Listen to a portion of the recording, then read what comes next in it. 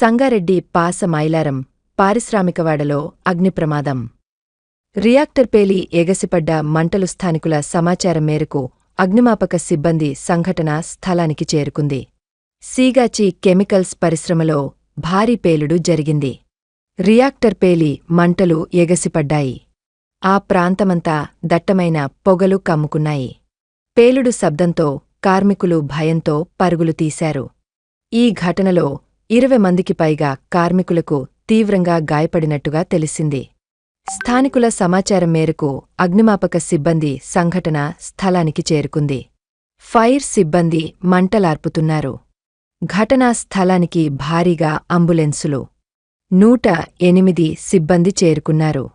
అటు కార్మికుల కుటుంబ సభ్యులు కూడా పెద్ద సంఖ్యలో కంపెనీ దగ్గరకు చేరుకుంటున్నారు. ప్రమాదంలో తీవ్రగాయాలైన వారికి పటాన్చెరులో ప్రాథమిక చికిత్స అందిస్తున్నారు. పలువురి పరిస్థితి విషమంగా ఉండటంతో హైదరాబాద్కు తరలించారు.